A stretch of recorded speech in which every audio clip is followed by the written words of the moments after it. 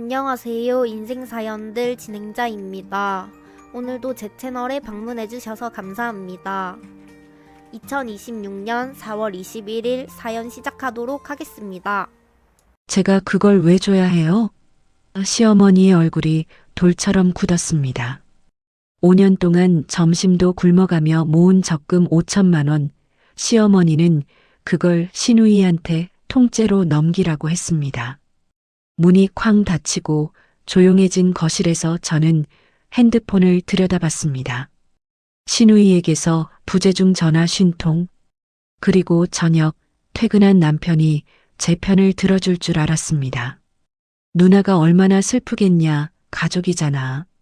그 한마디에 저는 알았습니다. 이 집에서 저는 가족이 아니었다는 걸.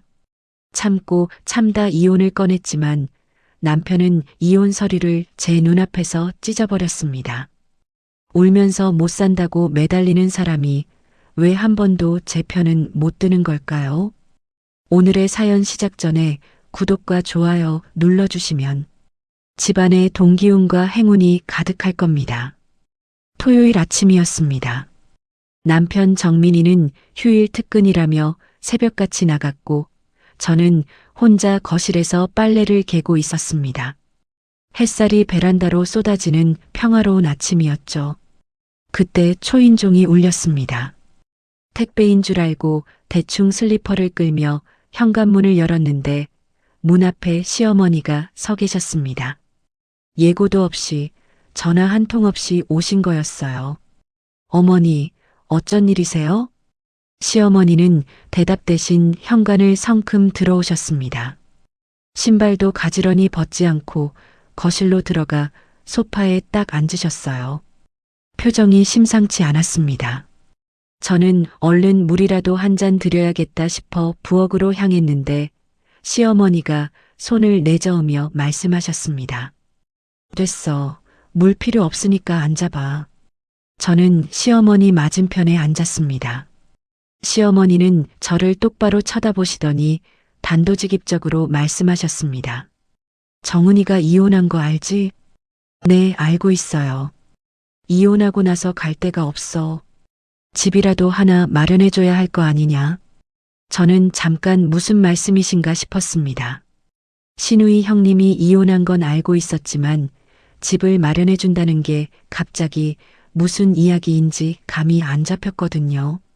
네가 적금으로 모아둔 거 있잖아. LH 청약 넣으려고 모아둔 거. 5천만 원 됐다며? 심장이 철렁 내려앉았습니다. 그 적금의 정확한 금액을 시어머니가 알고 계셨습니다. 그거 정은이한테 줘라. 시어머니는 마치 이미 결정된 일을 알려주듯 담담한 어조로 말씀하셨습니다. 저도 모르게 손에 힘이 들어갔습니다. 어머니, 그건 저랑 정민이가 5년 동안 모은 돈이에요. 점심도 굶어가면서 커피 한 잔도 안 사 마시면서 모은 돈이라고요. 알아. 근데 가족이 어려우면 도와야 하는 거 아니냐? 다 가족인데. 어머니, 죄송하지만 제가 그걸 왜 줘야 해요? 시어머니의 얼굴이 돌처럼 굳었습니다. 뭐, 지금 뭐라고 했어? 드릴 수 없다는 말씀이에요. 그건 저희 집 마련하려고 모은 돈이에요. 시어머니는 자리에서 벌떡 일어나셨습니다. 며느리가 시누이 하나 못 도와줘? 피부치가 길바닥에 나앉게 생겼는데? 어머니, 형님 사정은 안타깝지만 이건 저희가 드릴 수 있는 돈이 아니에요. 됐어. 네가 그런 사람인 줄 몰랐다. 시어머니는 신발을 거칠게 신고 현관문을 쾅 닫고 나가셨습니다. 문이 닫히는 소리가 온 집안에 울렸습니다. 저는 한참 동안 거실에 서서 시어머니가 앉았던 소파 자리를 바라봤습니다. 머릿속이 복잡했어요. 시어머니가 적금 금액을 정확히 알고 계셨다는 것, 그게 가장 이상했습니다. 제가 말한 적이 없거든요. 남편 정민이가 말했거나 시누이 형님이 미리 알아본 것밖에 없었습니다. 그때부터 핸드폰이 울리기 시작했습니다. 시누이 형님이었어요. 한 통, 두 통, 세 통. 저는 받지 않았습니다. 받으면 안 될 것 같았거든요. 전화는 멈추지 않았습니다. 점심때까지 부재중 전화가 50통이 넘게 쌓였습니다. 중간중간 문자도 왔어요. 전화 좀 받아라. 사람이 이러면 안 되는 거 아니냐? 서윤아, 전화해. 저는 핸드폰을 뒤집어 엎어놓고 빨래를 계속했습니다. 손이 떨려서 수건을 제대로 접을 수가 없었어요. 저녁이 됐습니다. 정민이가 퇴근해서 들어왔고 저는 밥상을 차리면서 낮에 있었던 일을 이야기했습니다.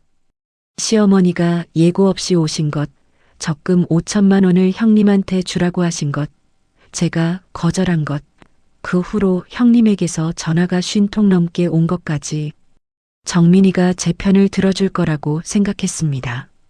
적어도 그건 좀 심하다 정도는 해줄 줄 알았어요. 정민이는 숟가락을 내려놓고 한숨을 내쉬었습니다. 누나가 얼마나 슬프겠냐.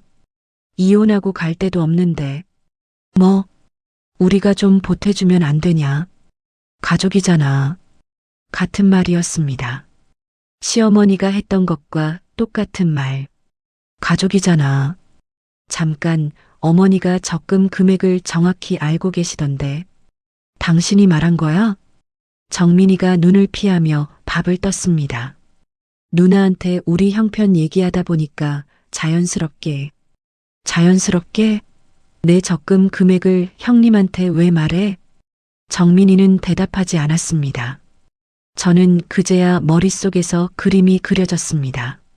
남편이 형님한테 적금 이야기를 했고 형님이 그 금액을 듣고 시어머니를 보낸 겁니다.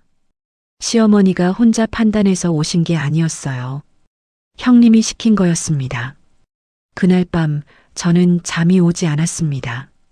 거실 소파에 앉아 결혼 5년을 되짚어 봤어요. 시어머니가 처음부터 저한테 이렇게 차가웠던 건 아니었습니다. 결혼 초에는 그래도 무난하셨어요. 달라지기 시작한 건 3년 전 시아버지가 뇌경색으로 쓰러지신 뒤부터였습니다. 시아버지는 그 후로 계속 요양병원에 계셨고 시어머니는 혼자가 되셨죠. 그 무렵부터 시누이 형님의 결혼 생활도 삐걱거리기 시작했고 시어머니는 유독 형님한테만 쩔쩔매셨습니다. 형님이 엄마 이거 해줘 하면 바로 들어주시면서 제가 뭘 부탁하면 며느리가 알아서 해야지 하셨거든요. 2년 전 추석이 딱 떠올랐습니다. 제가 종일 음식을 만들고 설거지까지 다 했는데 형님은 소파에 누워서 TV를 보고 계셨어요. 그러다 엄마 나 용돈 좀 하니까 시어머니가 바로 지갑에서 30만 원을 꺼내주시더라고요. 제가 그날 명절 장보기에 쓴 40만 원은 한 번도 돌려받지 못했습니다. 적금 첫 입금 날이 생각났습니다. 결혼 1년 차에 정민이랑 LH 청약 당첨되면 우리 집 마련하자 약속하면서 시작한 통장이었어요. 처음 10만 원 넣던 날 치킨도 안 시키고 라면 끓여 먹으며 웃었던 기억이 아직 선명합니다. 그 통장을 형님한테 주라는 말이 남편 입에서 나왔습니다. 다음 날 아침 형님에게서 또 전화가 왔습니다. 이번에는 받았습니다. 받자마자 형님이 울먹이는 목소리로 쏟아냈습니다.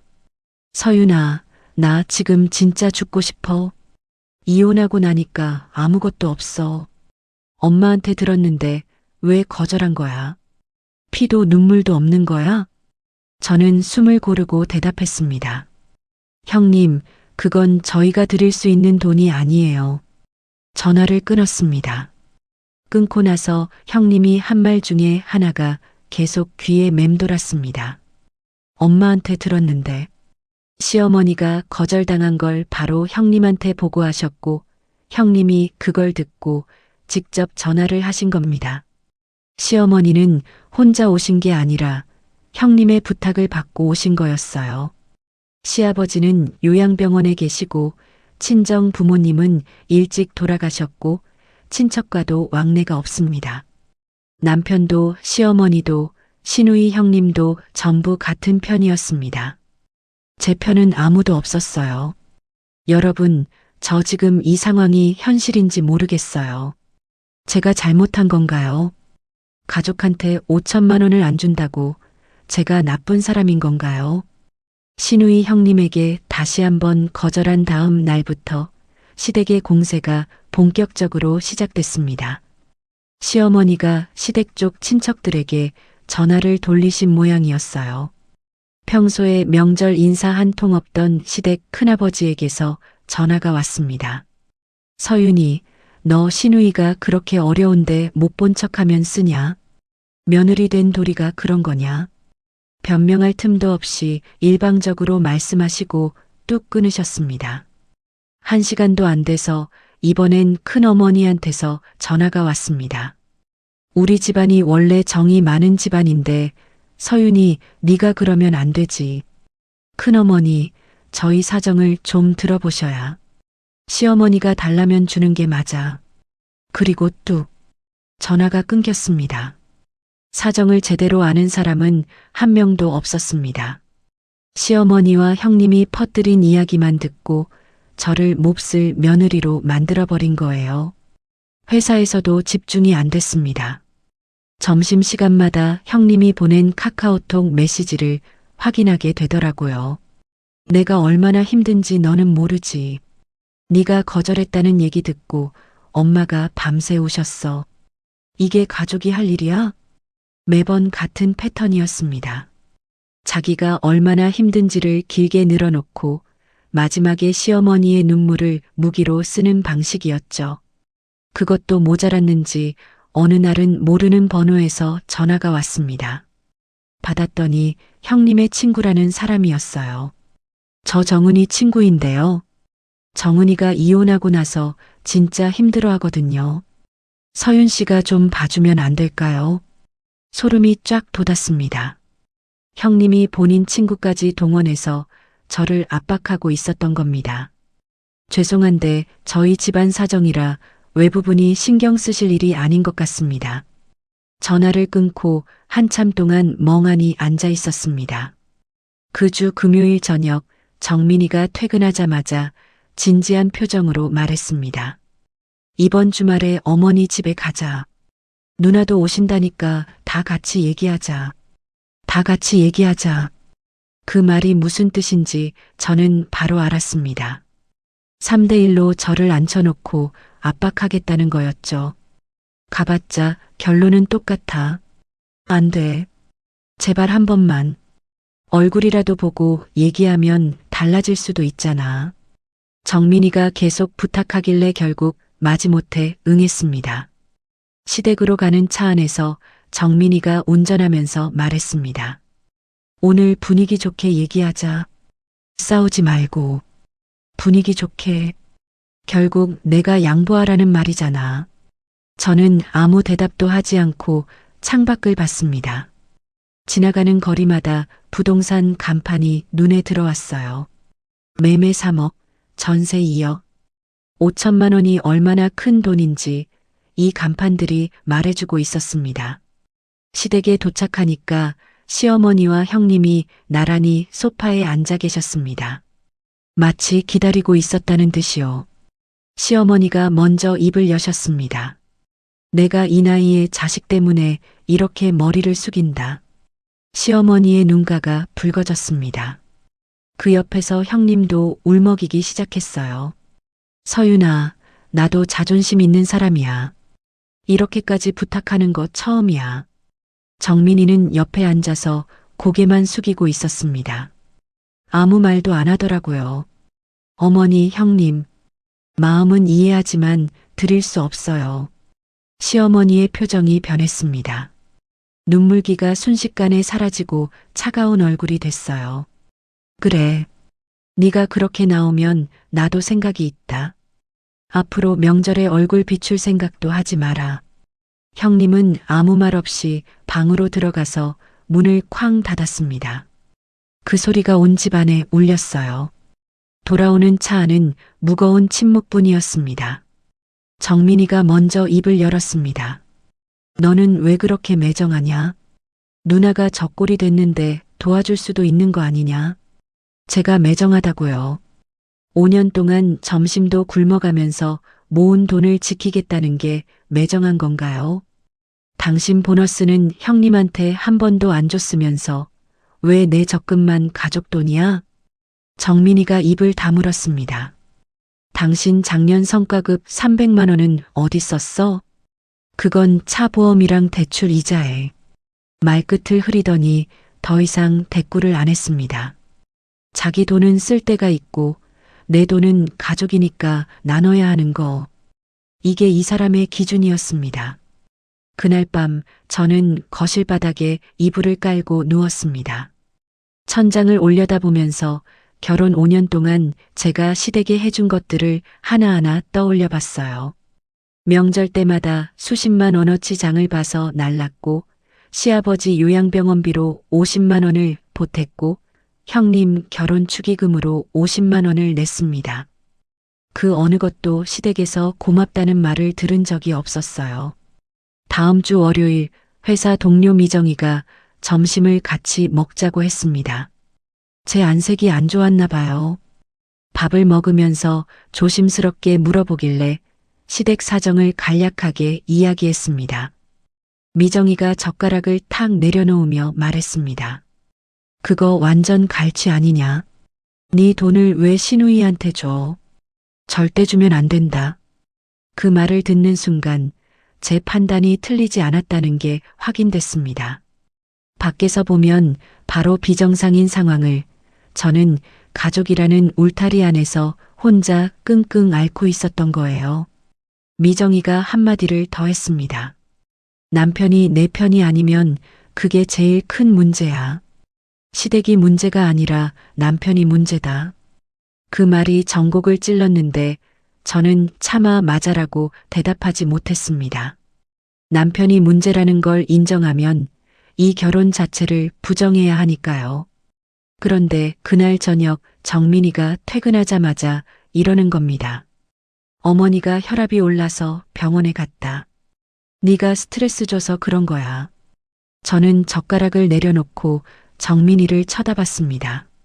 내가 적금을 안 준 것뿐인데 어머니 건강까지 내 책임이야? 어쨌든 네가 들어줬으면 이렇게까지 안 됐잖아. 또 같은 말이었습니다. 핵심은 빙빙 돌리고 결론은 언제나 제가 양보했으면 다 해결됐다는 거. 밥을 더 먹을 수가 없었습니다. 화장실로 가서 문을 잠갔습니다. 세면대 앞에 서서 거울을 봤어요. 거울 속 제 얼굴이 5년 전 결혼식 사진 속 얼굴과 너무 달라져 있었습니다. 눈 밑에 그늘이 져 있고 볼이 푹 꺼져 있었어요. 여러분, 가족이면 다 참아야 하는 건가요? 저는 이 집에서 가족이긴 한 건가요? 시어머니 병원 소동이 있고 며칠이 지났습니다. 그날도 평범한 퇴근길이었어요. 저녁거리를 사려고 집 근처 대형마트에 들렀습니다. 채소 코너에서 양파를 고르고 있는데 화장품 매장 쪽에서 낯익은 뒷모습이 보였습니다. 형님이었습니다. 시누이 한정은 형님. 이혼하고 죽고 싶다, 갈 곳이 없다며 울던 그 사람이 화장품 매장에서 이것저것 집어들고 있었습니다. 명품 브랜드 코너였어요. 화장 한 개가 아니라 서너 개를 바구니에 담고 계셨습니다. 그런데 형님 옆에 남자가 한 명 서 있었습니다. 제가 한 번도 본 적 없는 사람이었어요. 그 남자가 자연스럽게 카드를 꺼내 계산대에 내밀었습니다. 저는 양팔을 든 채로 멈춰 섰습니다. 심장이 빠르게 뛰었지만 다가가지는 않았습니다. 대신 멀리서 핸드폰 카메라를 꺼내 두 사람의 뒷모습을 찍었어요. 형님이 그 남자와 팔짱을 끼고 매장을 나서는 모습까지 고스란히 찍혔습니다. 집에 돌아와서 사진을 확대해 봤습니다. 형님은 새 옷에 풀 메이크업 차림이었고 남자가 들고 있던 쇼핑백에는 고급 브랜드 로고가 선명하게 찍혀 있었습니다. 죽고 싶다던 사람의 모습이 아니었어요. 갈 곳이 없다던 사람의 행색도 아니었습니다. 이걸 정민이한테 말해야 하나 말아야 하나. 밤새 고민했습니다. 다음 날 아침 결국 정민이한테 사진을 보여줬습니다. 이게 형님이야. 어제 마트에서 봤어. 죽고 싶다던 사람 맞아? 정민이는 사진을 들여다봤습니다. 잠깐 표정이 흔들리는 것 같았는데 이내 핸드폰을 돌려주며 말했습니다. 그냥 친구일 수도 있잖아. 왜 누나를 감시하냐? 감시? 마트에서 우연히 본 건데? 어쨌든 이런 식으로 누나 뒷조사하는 건 아니지 않냐? 증거를 눈앞에 들이밀어도 이 사람은 안 보겠다는 겁니다. 저는 더 이상 말하지 않았습니다. 이 사람한테는 뭘 보여줘도 소용이 없구나. 형님의 거짓말이 제 말보다 항상 윗자리에 있었습니다. 정민이가 출근한 뒤 저는 혼자 식탁에 앉아 있었습니다. 남편이 증거를 눈앞에 두고도 외면한 건 형님을 보호하려는 건지 아니면 진실을 마주할 용기가 없는 건지 어느 쪽이든 결론은 같았습니다. 이 사람과는 대화 자체가 안 되는 거였어요. 그로부터 사흘이 지났습니다. 점심시간에 혼자 회사 식당에서 밥을 먹다가 무심코 핸드폰으로 형님 이름을 인터넷에 검색해 봤습니다. 별 기대는 없었어요. 그런데 검색 결과 중에 형님의 지인으로 보이는 블로그가 하나 나왔습니다. 블로그에 여행 사진이 여러 장 올라와 있었는데 그중 하나를 클릭한 순간 숟가락을 놓을 뻔했습니다. 해외 카지노 리조트에서 찍은 사진이었어요. 형님이 화려한 옷을 입고 칩을 들고 테이블 앞에서 웃고 있었습니다. 날짜를 확인했습니다. 형님이 저한테 죽고 싶다고 전화한 날로부터 불과 일주일 전에 올라온 사진이었습니다. 같은 블로그에 비슷한 해외 카지노 여행 사진이 몇 달에 걸쳐 여러 건 더 있었고 댓글에는 이번에도 같이 가서 대박 터뜨리자라는 글이 달려 있었어요. 손이 떨렸습니다.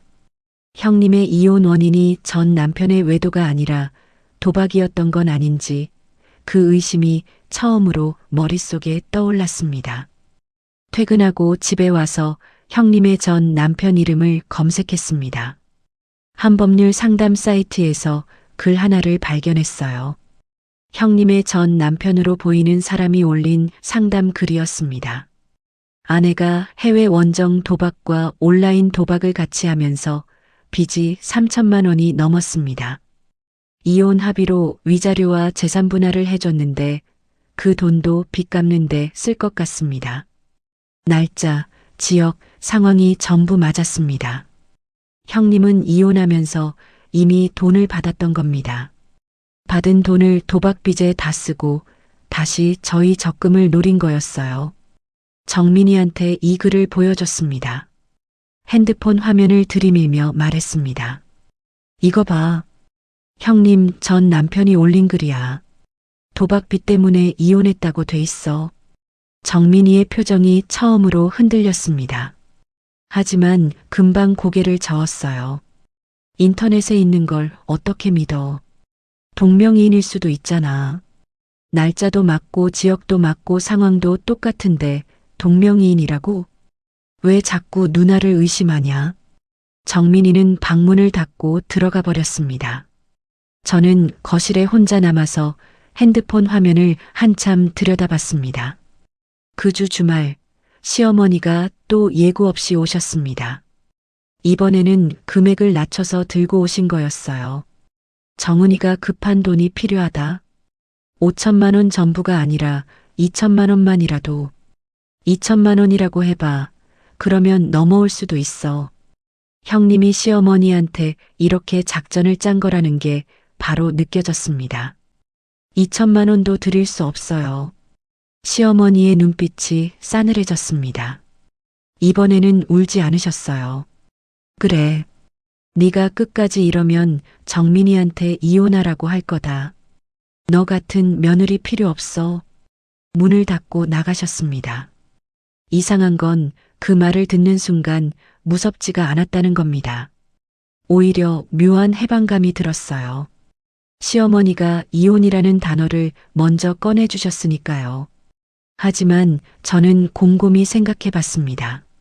시어머니 입장에서 아들이 진짜 이혼하면 며느리의 적금은 영원히 손에 넣지 못합니다.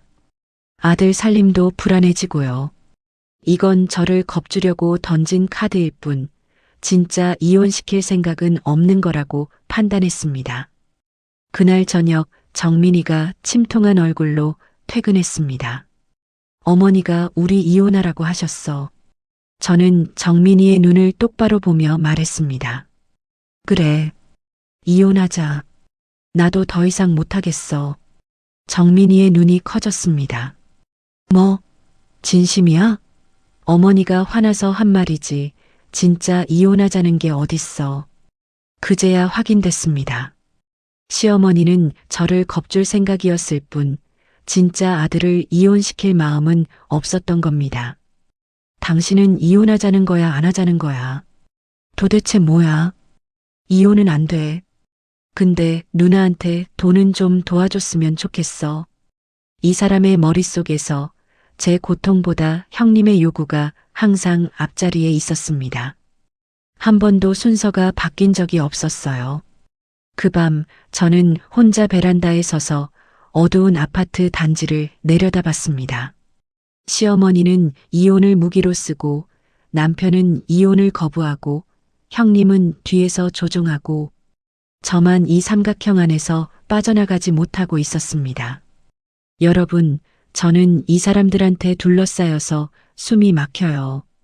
이혼하겠다는데 안 해준대요. 저 어떻게 해야 할까요? 베란다에서 밤을 새우다시피 했습니다.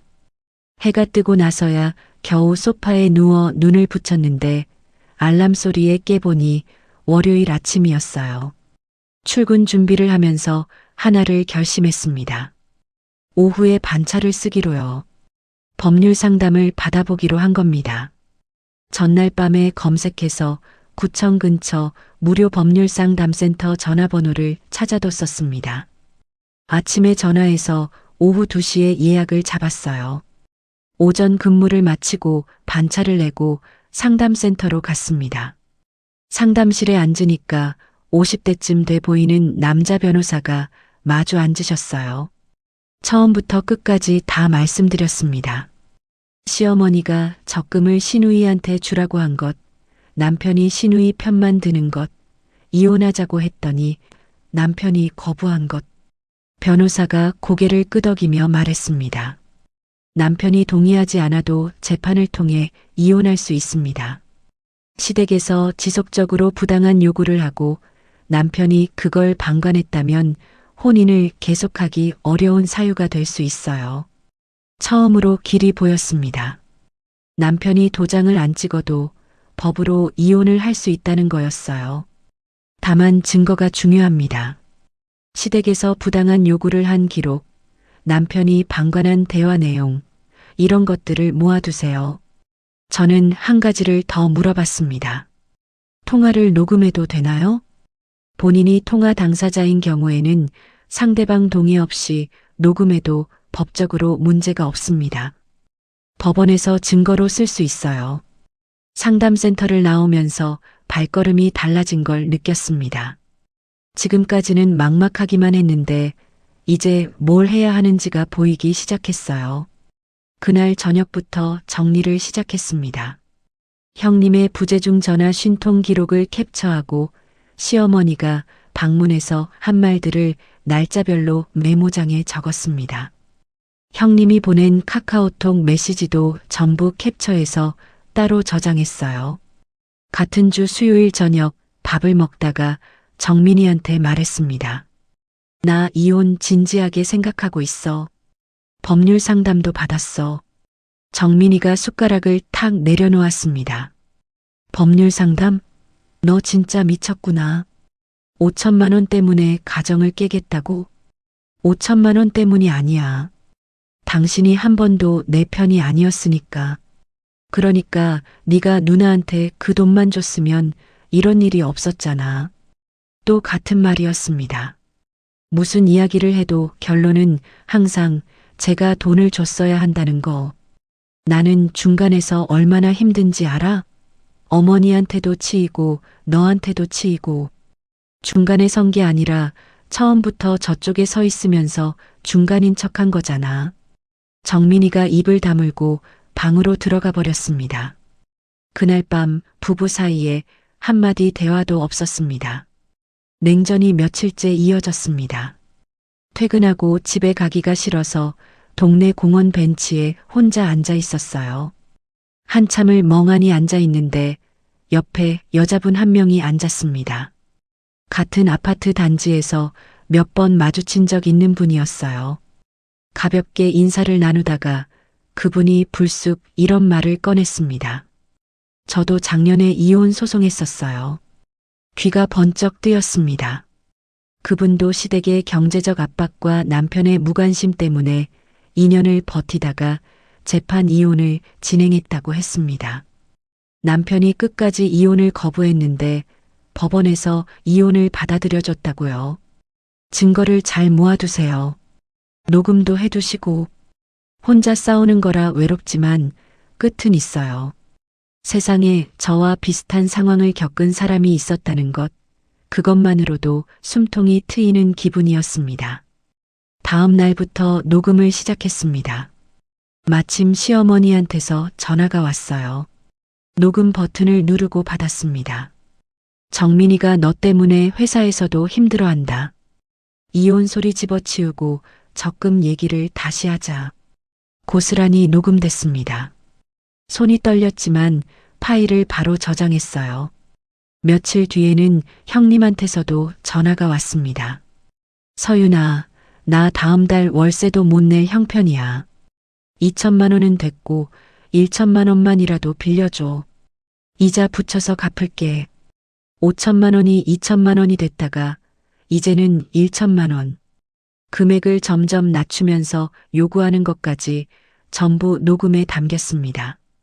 그 주말 정민이가 케이크 상자를 들고 퇴근했습니다.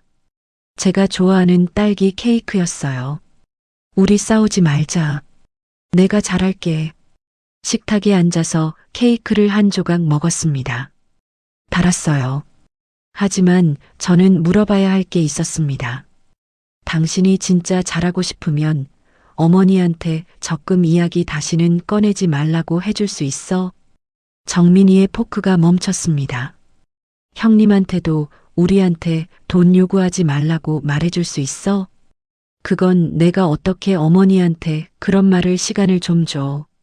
매번 이랬습니다. 싸우면 꽃을 사오고 케이크를 사오고 잘하겠다고 하고. 하지만 실제로 시어머니한테 뭔가를 말하거나 행동으로 옮긴 적은 단 한 번도 없었어요. 케이크와 꽃으로 시간을 벌다가 제가 지쳐서 먼저 포기하는 패턴이 5년 동안 반복됐습니다. 방에 들어와서 핸드폰을 들여다봤습니다. 증거 폴더를 열어봤어요. 형님의 부재중 전화 기록, 시어머니의 녹음 파일, 카톡 캡처, 형님의 금전 요구 녹음, 해외 카지노 블로그 스크린샷. 전부 정리돼 있었습니다. 이걸 진짜 법원에 내는 날이 올까? 아니면 정민이가 변해서 이 파일들을 다 지울 수 있게 될까? 스스로에게 물어봤지만 답은 나오지 않았습니다. 그날 밤 잠이 안 와서 핸드폰으로 이혼 사연을 모아놓은 인터넷 카페를 읽었습니다. 비슷한 상황에서 한 번만 더 기회를 줬다가 10년을 더 버렸다는 글이 있었어요. 바로 아래에는 남편이 진짜 변해서 지금은 행복하다는 글도 있었습니다. 제 결말이 어느 쪽이 될지 아무도 모르는 거였죠. 다음 날 아침 거울 앞에 서서 스스로에게 물었습니다. 이 사람한테 마지막 기회를 줄 건지, 바로 재판 이혼을 진행할 건지. 고민 끝에 결론을 냈습니다. 기한을 정해서 딱 한 번만 더 기회를 주자. 그때도 안 되면 그걸로 끝내자. 여러분, 남편이 케이크 사들고 와서 잘하겠다고 할 때 저는 솔직히 마음이 흔들렸어요. 이 사람이 진짜 변하면 어떡하지? 내가 너무 매정한 건가? 근데 또 생각하면 매번 이러고 결국 달라진 건 없거든요. 저 이혼하는 게 맞는 걸까요? 한 번만 더 기회를 줘야 하는 걸까요? 여러분이라면 어떻게 하시겠어요? 다음 날 저녁 정민이가 퇴근하고 들어와서 옷을 갈아입기도 전에 제가 먼저 말을 꺼냈습니다. 다음 주 일요일까지 어머니한테, 형님한테 더 이상 우리한테 돈 요구하지 말라고 확실하게 말해. 그게 당신이 나한테 줄 수 있는 마지막 기회야. 정민이가 저를 물끄러미 바라봤습니다. 알겠어. 해볼게. 이 조건을 정한 건 5천만 원을 지키겠다는 의미가 아니었습니다. 남편이 자기 가족한테 아내를 위해서 딱 한 번이라도 입을 열 수 있는 사람인지를 확인하고 싶었던 겁니다.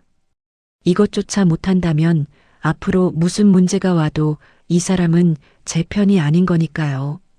기한까지 2주.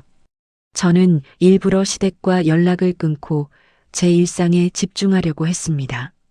오랜만에 주말 아침에 정민이랑 근처 카페에 가서 커피를 마셨어요. 공원도 산책하고 마트에서 장도 같이 봤습니다. 연애 시절로 돌아간 것 같은 소소한 시간이었죠. 이런 평범한 행복이 왜 이렇게 어려운 건지 걸으면서 계속 생각했습니다. 정민이도 눈에 띄게 달라졌습니다. 퇴근하면 설거지를 자청했고 주말에는 제가 좋아하는 드라마를 같이 봤어요. 잠들기 전에 오늘 하루 어땠어라고 물어보기까지 했습니다. 결혼하고 5년 동안 한 번도 안 하던 말을요. 이게 진심인지 기한이 다가오니까 보여주기식인지 구분이 안 돼서 오히려 더 혼란스러웠습니다. 약속한 일요일 전날 토요일이었습니다. 정민이가 거실에서 핸드폰을 들고 어디론가 전화를 걸었어요. 저는 부엌에서 설거지를 하고 있었는데 정민이의 목소리가 들려왔습니다. 어머니, 적금 이야기는 이제 그만하셔야 해요. 서윤이가 많이 힘들어하고 있어요. 심장이 쿵 내려앉았습니다. 설거지하던 손을 멈추고 귀를 기울였어요. 정민이가 처음으로 어머니한테 제 편의 말을 하고 있었습니다. 그런데 전화기 너머로 시어머니의 격앙된 목소리가 새어나왔습니다. 무슨 말인지 정확히는 안 들렸지만 시어머니가 크게 화를 내시는 건 분명했어요. 정민이의 목소리가 점점 작아졌습니다. 네, 어머니 알겠습니다. 죄송합니다. 전화가 끝났습니다. 정민이가 부엌으로 와서 제 눈을 못 마주치며 말했어요. 어머니가 너무 화를 내셔서 시간이 좀 더 필요할 것 같아. 시간이 더 필요하다. 이 말을 결혼하고 5년 동안 몇 번이나 들었는지 모릅니다. 그 말 5년 동안 몇 번째야. 정민이가 아무 대답도 못하고 거실에 서 있었습니다. 저는 그 모습을 보면서 결론을 내렸습니다. 이 사람은 어머니 앞에서 영원히 아들이지 남편이 될 수 없는 사람이었어요. 나는 더 이상 기다릴 수 없어. 이혼 서류 준비할 거야. 제발, 한 번만 더. 정민이가 제 팔을 잡았습니다. 저는 팔을 빼고 방으로 들어가서 문을 닫았습니다. 다음 주 월요일 연차를 냈습니다.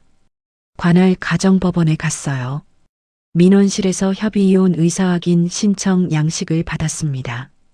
이 서류는 원래 부부가 같이 작성해서 같이 법원에 가야 하는 거였습니다. 그걸 알면서도 받아온 건 정민이한테 제 의지를 보여주기 위해서였어요. 법원 복도 의자에 앉아서 서류를 들여다봤습니다. 손이 떨려서 펜을 잡기가 어려웠지만 한 글자 한 글자 제 이름과 주소를 적어 넣었습니다. 5년 전 이 법원에서 혼인신고를 했었습니다. 그때 정민이가 옆에서 웃으면서 서류를 같이 작성했어요. 법원 앞 분식집에서 떡볶이 사 먹으면서 우리 이제 진짜 가족이다라고 했던 그날. 같은 법원인데 오늘은 혼자 앉아서 이혼 서류를 쓰고 있었습니다. 그날 저녁 식탁 위에 서류를 내려놓았습니다. 같이 작성해서 법원에 가자. 정민이가 서류를 집어들었습니다. 한참 동안 글자를 읽더니 천천히 서류를 반으로 접었습니다. 그리고 찢었습니다. 찢어진 종이 조각이 식탁 위에 흩어졌습니다. 나는 이혼 안 해. 절대 안 해. 네가 뭐라 해도 나는 서명 안 할 거야. 정민이의 눈에 눈물이 고여 있었습니다. 나는 너 없이 못 살아. 진짜야. 순간 마음이 흔들렸습니다. 이 사람이 우는 걸 결혼하고 처음 봤거든요. 하지만 바로 다음 순간 생각이 스쳤습니다. 이 사람은 나를 사랑하는 게 아니라 자기가 편한 지금 이 상태를 지키고 싶은 거다. 저한테 울 게 아니라 어머니한테 한마디를 했어야지. 저는 냉장고에서 물을 꺼내 한 잔 마시고 아무 말 없이 방으로 들어갔습니다. 식탁 위에 찢어진 서류 조각은 줍지 않았습니다. 방 안에서 이불을 뒤집어 쓰고 한참을 울었습니다. 울다가 멈추고 핸드폰을 들었어요. 재판 이혼을 검색했습니다. 부부가 합의하지 못하면 가정법원에 이혼 조정을 먼저 신청해야 합니다. 조정이 안 되면 그때 재판 이혼으로 넘어가는 거였어요. 비용도 확인했습니다. 변호사를 쓰면 최소 300만 원에서 500만 원 이상. 적금을 깨야 하나. 5년 동안 집 마련하려고 모은 돈을 이혼하려고 쓰게 될 수도 있다니. 웃음이 나왔습니다. 쓴웃음이었어요. 하지만 이 돈이 집이 아니라 자유를 사는 데 쓰인다면 그것도 의미 있는 거 아닐까? 스스로를 그렇게 설득했습니다. 여러분, 남편이 이혼 서류를 찢었어요. 울면서 자기 없이는 못 산다고 하더라고요. 솔직히 그 눈물 보니까 제가 너무한 건가 싶기도 했어요. 근데 생각해보면 이 사람이 울어야 할 대상은 저한테가 아니라 어머니한테, 형님한테잖아요. 저한테 울지 말고 어머니한테 한 번이라도 당당하게 말해보라고요. 그래서 저는 재판 이혼을 알아보려고요. 제가 이기적인 걸까요? 재판 이혼을 결심하고 변호사 상담 예약을 잡은 다음 날 아침이었습니다. 출근하자마자 팀장이 저를 회의실로 불렀어요. 이서윤 대리 앉아봐. 팀장의 표정이 심상치 않았습니다. 회사 경영이 어려워서 격리팀에서 한 명을 줄여야 하는 상황이야. 미안한데 이 대리가 권고사직 대상으로 결정됐어. 한 달 내로 정리해줬으면 해. 머릿속이 하얘졌습니다. 팀장님, 저보다 경력 짧고 평가도 낮은 후배가 있는데 왜 제가 대상인 거예요? 경영상 판단이야. 같은 말만 반복했습니다. 경영상 판단. 그 말 뒤에 뭐가 숨어 있는지 저는 알고 있었어요. 최근 몇 달간 시댁 문제 때문에 연차와 반차를 여러 번 썼거든요. 그게 팀장의 결정에 영향을 미쳤을 거라는 건 뻔했습니다. 회의실을 나와서 화장실로 갔습니다. 거울 앞에 한참 서 있었어요. 이혼도 못하고 있는데 직장까지 잃게 생겼습니다. 적금 5천만 원이 이제는 집 마련 자금이 아니라 제 생존을 위한 마지막 돈이 된 거였어요. 점심시간에 미정이한테 이야기했습니다. 미정이가 젓가락을 놓으며 바로 반응했어요. 너보다 평가 낮은 후배가 남는데 네가 나가라고? 그건 말이 안 돼. 부당해고에 해당할 수 있어. 미정이가 핸드폰을 꺼내더니 연락처 하나를 보내줬습니다. 내가 아는 노무사가 있어. 일단 상담이라도 받아봐. 저녁에 집에 돌아왔을 때 정민이는 제 얼굴만 보고도 뭔가 눈치를 챘을 법한데 그런 기색이 전혀 없었습니다. 대신 이런 말을 꺼냈어요. 오늘 누나한테서 전화 왔는데 5천만 원은 포기할 테니 1천만 원만이라도 빌려달라고 하더라. 빌려주는 거니까 이건 괜찮지 않냐? 하루 종일 무너질 것 같은 걸 버텨왔는데 이 한마디가 남은 힘까지 빼갔습니다. 직장을 잃을 수도 있다는 말을 차마 꺼낼 수가 없었어요. 꺼내는 순간 이 사람이 뭐라고 할지가 뻔했거든요. 적금 깨야 하지 않냐? 깨는 김에 형님한테 주면 안 되냐? 제 위기가 시댁의 무기가 될 게 뻔했습니다. 안 돼. 그 말만 하고 방으로 들어갔습니다. 그날 밤 잠이 오지 않았습니다. 핸드폰으로 부당해고 관련 법률 정보를 검색하면서 동시에 이혼 소송 비용을 다시 계산했어요.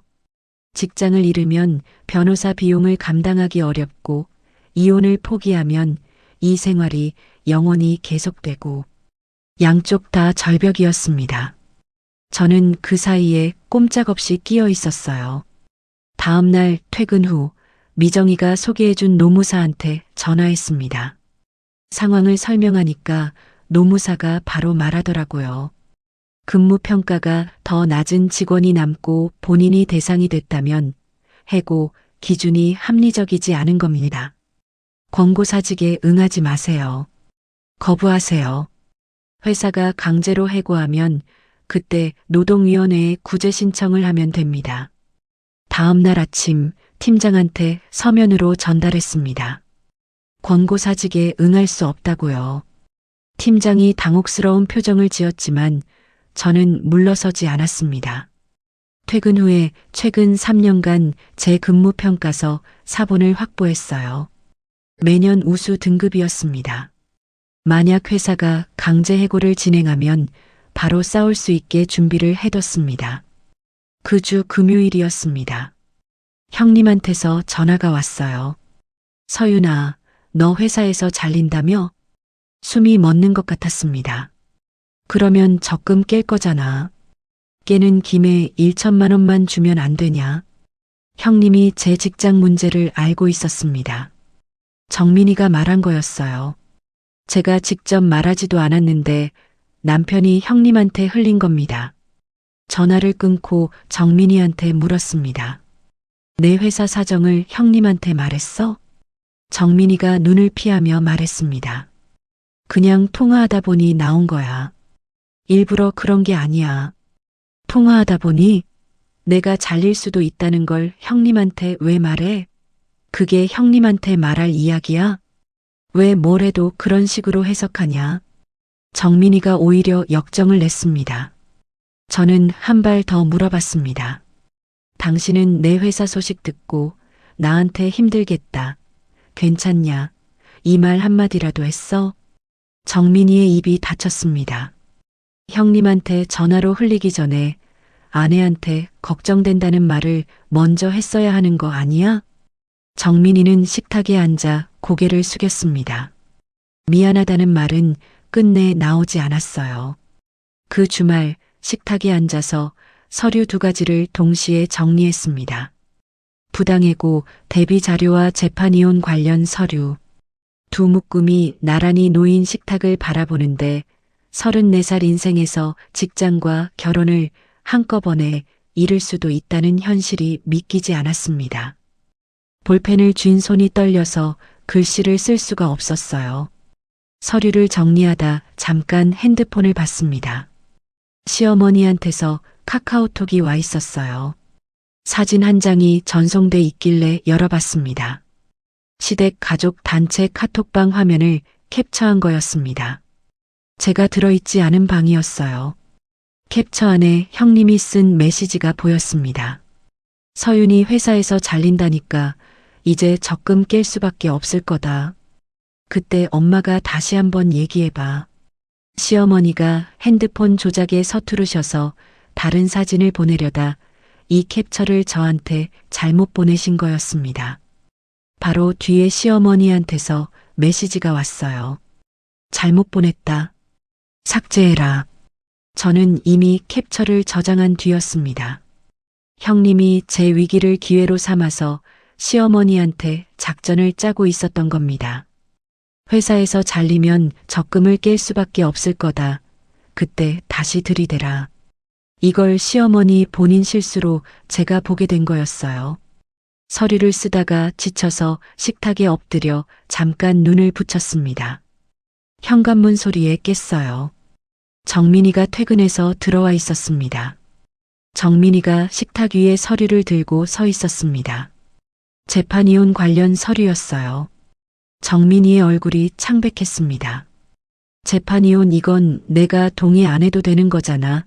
너 진짜 이렇게까지 할 거야? 정민이의 목소리가 떨리고 있었습니다. 이 상황을 자기 의지만으로는 막을 수 없다는 걸 처음 알게 된 표정이었어요.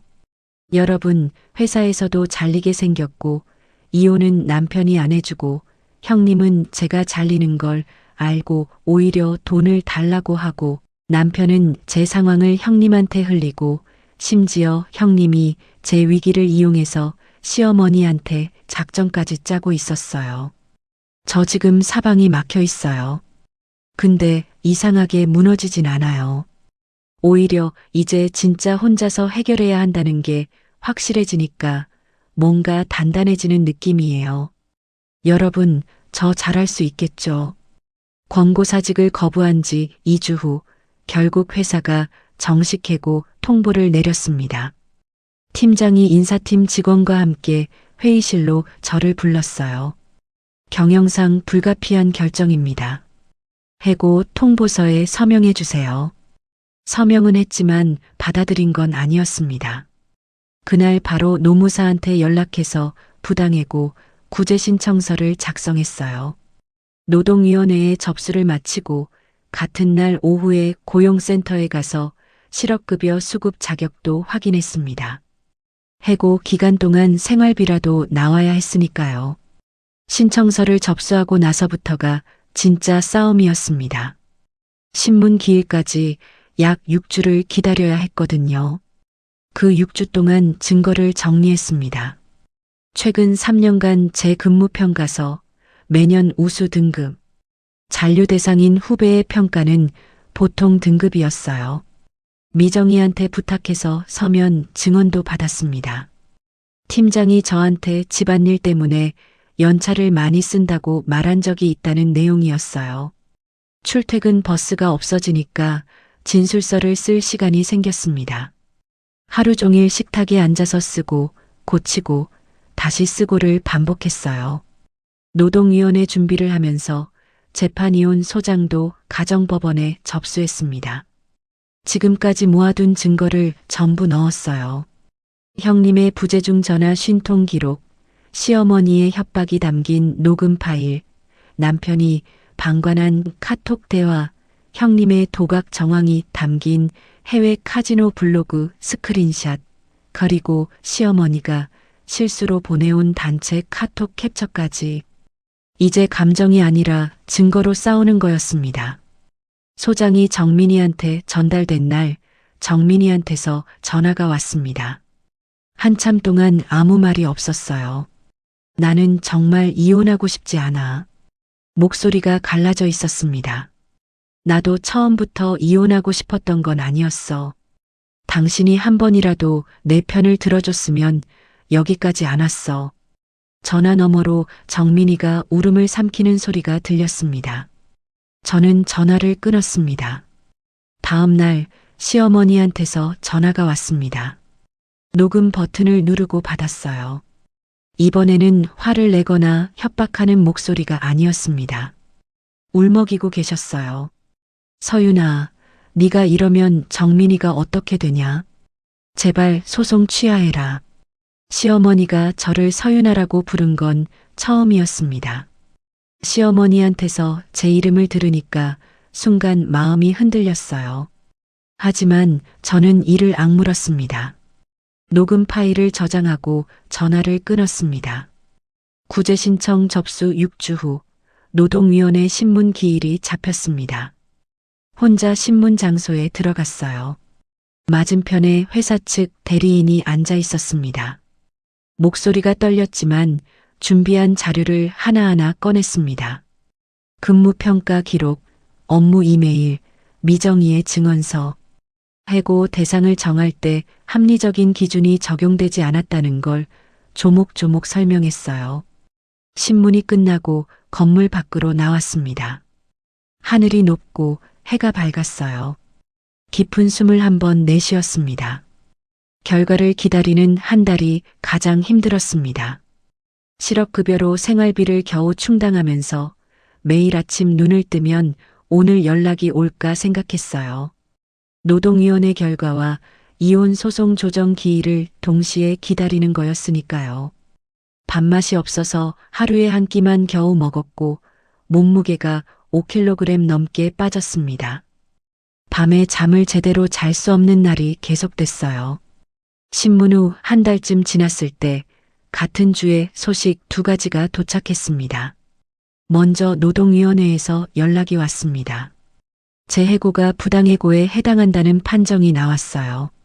원래 자리로 복직하고 해고 기간 동안의 월급도 받을 수 있게 됐습니다. 점심시간에 판정서를 확인하고 혼자 방에서 주먹을 불끈 쥐었습니다. 눈물이 나왔어요. 혼자서도 싸워서 이길 수 있었습니다.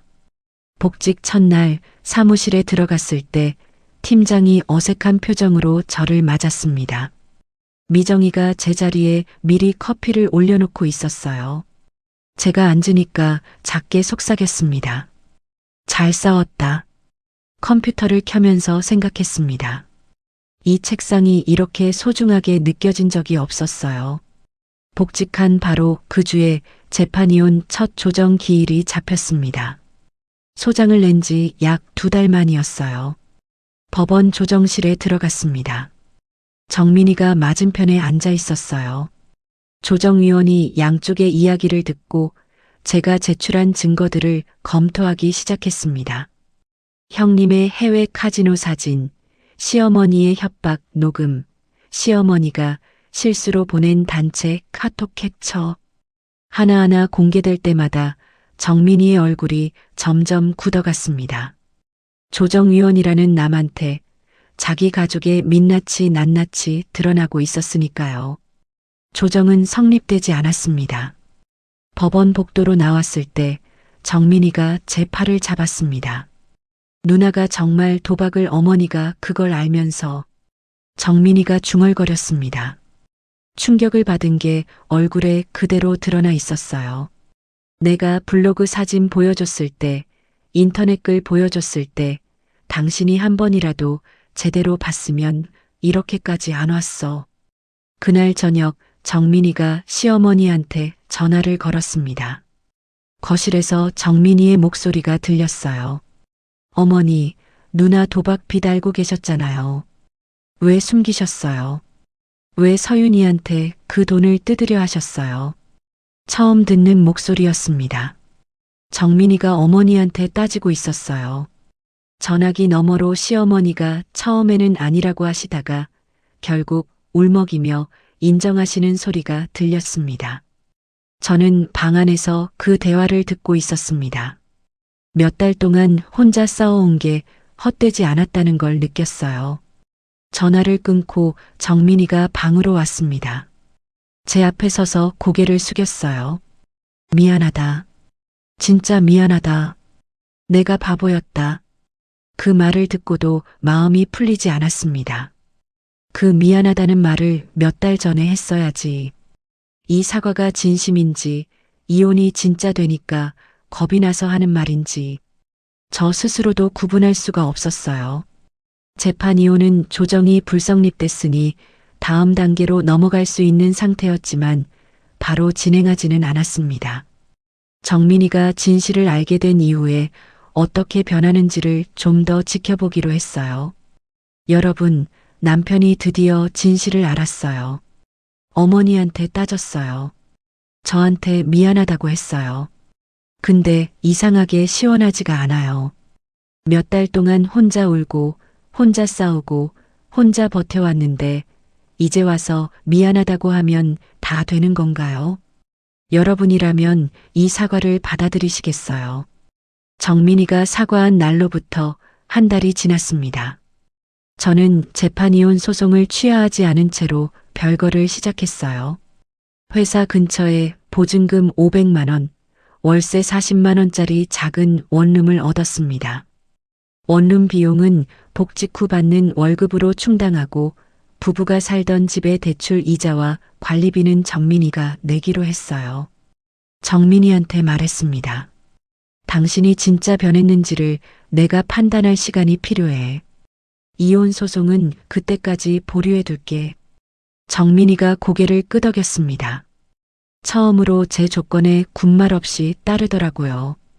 원룸으로 이사한 첫날 밤, 텅 빈 방에 이불 하나를 깔고 누웠습니다. 천장을 올려다봤어요. 시어머니의 전화도 없고 형님의 문자도 없고 정민이의 한숨 소리도 없었습니다. 조용했어요. 그 정막이 외롭지 않았습니다. 오히려 안도감이 들었어요. 이 조용함이 이렇게 편한 거였구나. 결혼하고 5년 만에 처음 느끼는 감정이었습니다. 별거를 시작하고 나서 정민이한테 전해들은 이야기가 있었어요. 정민이가 시어머니한테 직접 말했다고 했습니다. 서윤이한테 적금이든 뭐든 다시는 요구하지 마세요. 누나 문제는 누나가 스스로 해결해야 해요. 형님한테도 만나서 말했다고 했어요. 누나, 도박 치료 먼저 받아.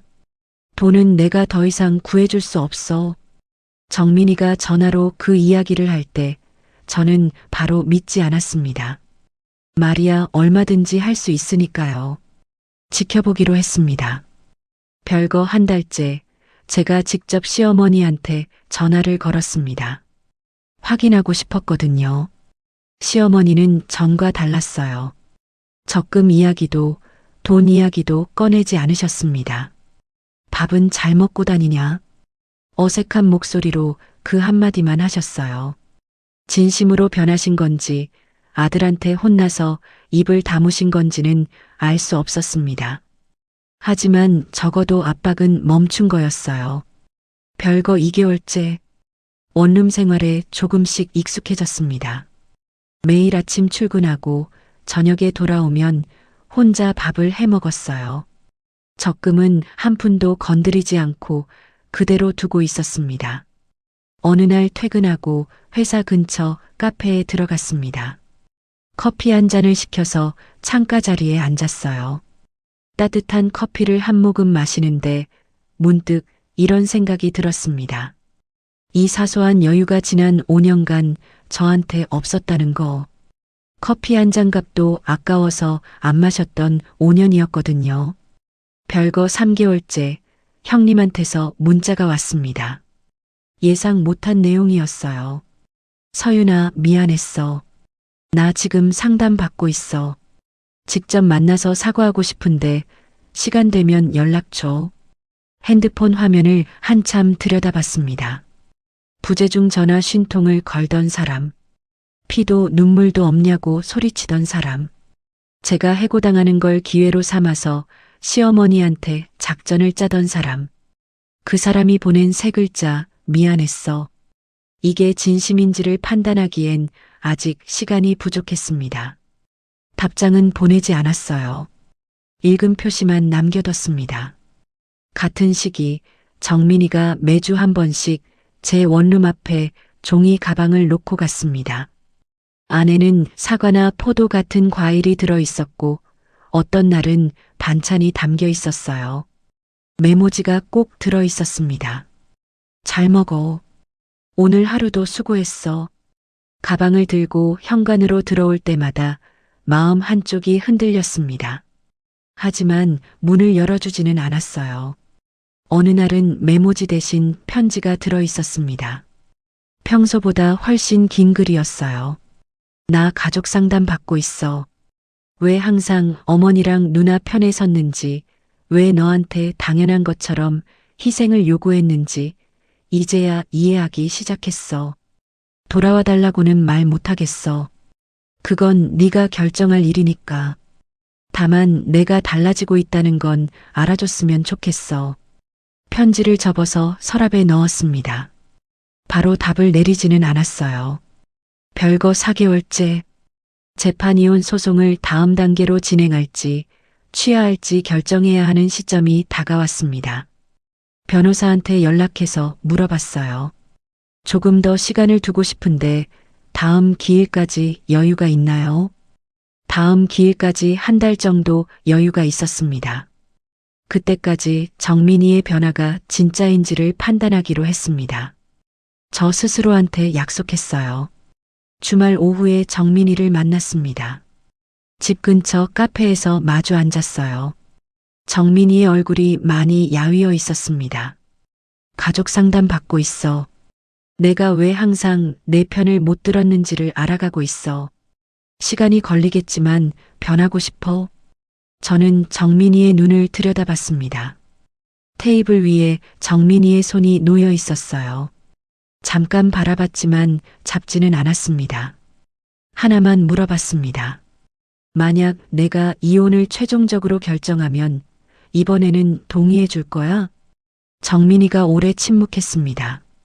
커피잔을 내려다보다가 천천히 입을 열었어요. 네가 그게 정말 행복한 거라면 그래. 이번에는 막지 않을게.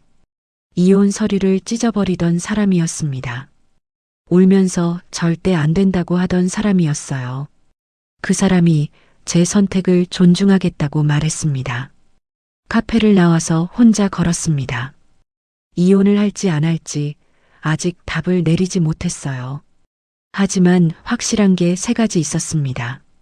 더 이상 누구의 눈치를 보며 살지 않겠다는 것. 제 돈과 제 인생은 제가 결정한다는 것. 가족이라는 이름은 일방적인 희생을 강요할 자격이 없다는 것. 이 세 가지를 알게 된 것만으로도 이 몇 달은 헛되지 않았습니다. 원룸으로 돌아왔습니다. 현관문을 열고 작은 신발장 위에 열쇠를 놓았어요. 좁은 방이었지만 온전히 제 공간이었습니다. 냉장고에서 우유를 꺼내 한 잔 따라 마시고 내일 출근할 옷을 미리 꺼내 놓았습니다. 평범한 저녁이었어요. 하지만 누구한테도 빼앗기지 않는 저녁이었습니다. 핸드폰을 꺼내서 적금 통장 앱을 열었습니다. 5년간 모아온 5천만 원이 한 푼도 빠지지 않고 그대로 찍혀 있었어요. 이 숫자가 그냥 금액이 아니었습니다. 제가 제 인생을 지켜냈다는 증거였어요. 여러분, 아직 이혼할지 안 할지는 모르겠어요. 남편이 변하고 있는 것 같기도 하고 아닌 것 같기도 하고 솔직히 저도 아직 답을 못 냈어요. 근데 하나 확실한 건 이제 저는 누가 뭐라 해도 제 적금 통장 안 줍니다. 제 인생을 아끼라는 말을 이제야 겨우 할 수 있게 됐어요. 여러분이 저한테 해주고 싶은 말 있으면 댓글로 남겨주세요. 다 읽을게요. 긴 이야기 들어주셔서 감사합니다. 여러분, 긴 이야기 끝까지 들어주셨나요? 서윤이는 아직 이혼할지 다시 시작할지 결정을 내리지 못했습니다. 어쩌면 이 이야기를 듣고 계신 여러분 중에도 서윤이처럼 혼자 끙끙 앓고 계신 분이 있을지 모르겠어요. 가족이라는 이름 뒤에 숨어서 당연한 듯 희생을 요구하는 사람들. 가족이잖아 라는 한마디로 내 것을 내놓으라고 하는 사람들. 그 앞에서 싫다고 말하는 게 얼마나 큰 용기가 필요한 일인지 저는 압니다. 참는 게 착한 게 아닙니다. 내 인생을 지키는 건 이기적인 게 아니에요. 서윤이의 답은 아직 나오지 않았지만 한 가지는 분명합니다. 5년 동안 모은 적금 5천만 원은 한 푼도 빠지지 않고 그 자리에 있다는 것. 그리고 서윤이가 처음으로 자기 목소리를 냈다는 것. 그것만으로도 이 이야기는 의미가 있었다고 생각합니다. 여러분은 서윤이에게 어떤 말을 해주고 싶으신가요? 이혼하라고 하시겠어요? 한 번만 더 기회를 주라고 하시겠어요? 여러분의 생각이 궁금합니다. 오늘도 사연 끝까지 들어주신 시청자 여러분 정말 감사합니다. 오늘도 무탈하고 행복한 하루 보내시길 바라겠습니다.